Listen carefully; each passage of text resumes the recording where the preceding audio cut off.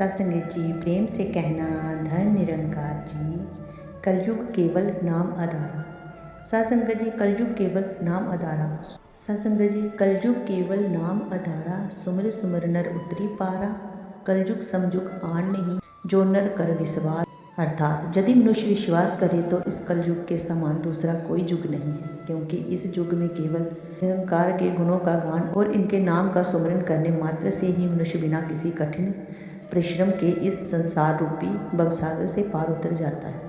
सत्संग जी कहते हैं, जब कलयुग ने पृथ्वी पर आने की अनुमति मांगी तो राजा परिषद ने कहा, तेरा नाम सुनकर ही वह उत्पन्न होता है। तू अधर्म और कलह का प्रतीक है, तुझे कैसे अनुमति दूँ। कलयुग ने विनम्रता से उत्तर दिया, महाराज मैं किसी को कष्ट नहीं दूंगा, बस सोने में निवास करूंगा। मेरे कुछ साथी होंगे, राग द्वेष ईर्ष्या काम और क्रोध, लेकिन एक वरदान भी दूंगा। मेरे युग में जो सच्चे मन से प्रभु का नाम लेगा उसकी मुक्ति निश्चित होगी। मन में सोचा गया पाप में दंड नहीं दूंगा, पर मन में सोचे गए पुण्य का फल अवश्य दूंगा।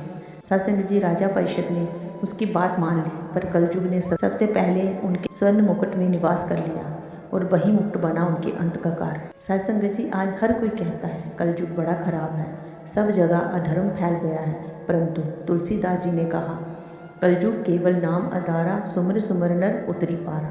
अर्थात इस युग में प्रभु का पाना कठिन नहीं, बस नाम जप ही उसका मार्ग है। और सत्संग जी सतयुग में ध्यान, त्रेता में योग द्वारा, द्वापर में यज्ञ और कर्मकांड द्वारा प्रभु की प्राप्ति होती है, पर कलयुग में प्रभु को पाने का सबसे सरल सुलभ मार्ग है सतगुरु की शरण में आना और निरंकार का दर्शन पाना। सत्संग जी जब सतगुरु की कृपा से ये निरंकार दिख जाता है, नाम जप में ना कोई नियम है, ना कोई विधि, ना कोई बंधन, किसी भी समय किसी भी स्थान पर किसी भी अवस्था में बस प्रेम और श्रद्धा से नाम लो।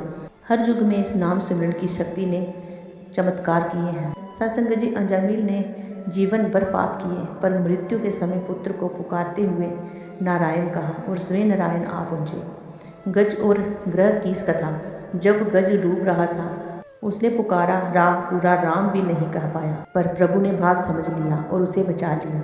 सत्संग जी वाल्मीकि पहले डाकू थे, राम कह नहीं सकते थे, उल्टा मरा मरा जपते रहते थे, परंतु नाम की महिमा ऐसी कि वही डाकू बन गए महान ऋषि। उल्टा नाम जपत जग जाना, वाल्मीकि है ब्रह्म समाना। सत्संग जी द्वापर में द्रौपदी ने बड़ी सभा में सबका सहारा छोड़कर पुकारा, हे कृष्ण, और श्री कृष्ण ने चीर के रूप में उसकी लाज रख ली। सत्संग जी और जब कलयुग आया तो नाम जप की परंपरा को आगे बढ़ाया संतों और भक्तों ने। कबीरदास, मीराबाई, रविदास, तुलसी, नानक, रहीम। सत्संग जी सबने एक ही स्वर में कहा, नाम ही सच्चा साधन है। मीराबाई ने तो नाम के प्रेम में अपना सब कुछ अर्पित कर दिया। राजमहल की राजकुमारी होते हुए भी उन्होंने संसार के सुखों को त्याग दिया। जब उनके ऊपर अत्याचार हुए तो भी वह हंसकर कहती, मेरे तो गिरधर गोपाल, दूसरों ना कोई। मीरा ने नाम में वह आनंद पाया जो संसार के किसी सुख में नहीं। विष का प्याला भी उन्होंने प्रभु के प्रेम में अमृत समझकर पी लिया। ये नाम की शक्ति जो विष को भी मधुर बना दे।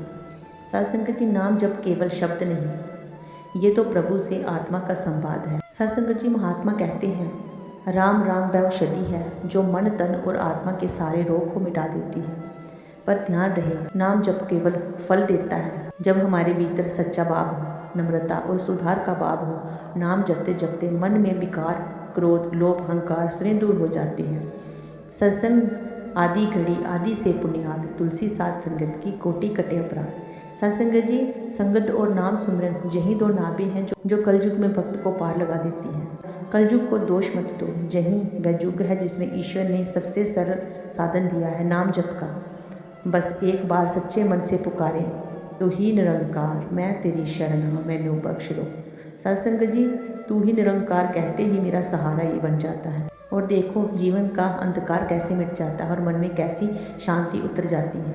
कलयुग केवल नाम आधारा, सुमर सुमर कर उतरी पार। ये सब सतगुरु की कृपा से, नाम जपने से, निरंकार का ध्यान करने से मन में शांति, प्रभु का गुणगान करने से कला क्लेश दूर, होते हैं और इस प्रभु के निकट रहने से हर पल हर समय संतों महापुरुषों के दर्शन करते हुए ये जीवन का हम आनंद ले सकते हैं। इसलिए प्यारे साध संगत जी, कभी भी कोई भी युग गलत नहीं हुआ। गलत हुए हैं तो इंसान। साध संगत जी, ये युग तो हमेशा अच्छे ही हैं, लेकिन हर पल हर समय जो गलत हुआ है वो इंसान की बुद्धि, इंसान की सोच।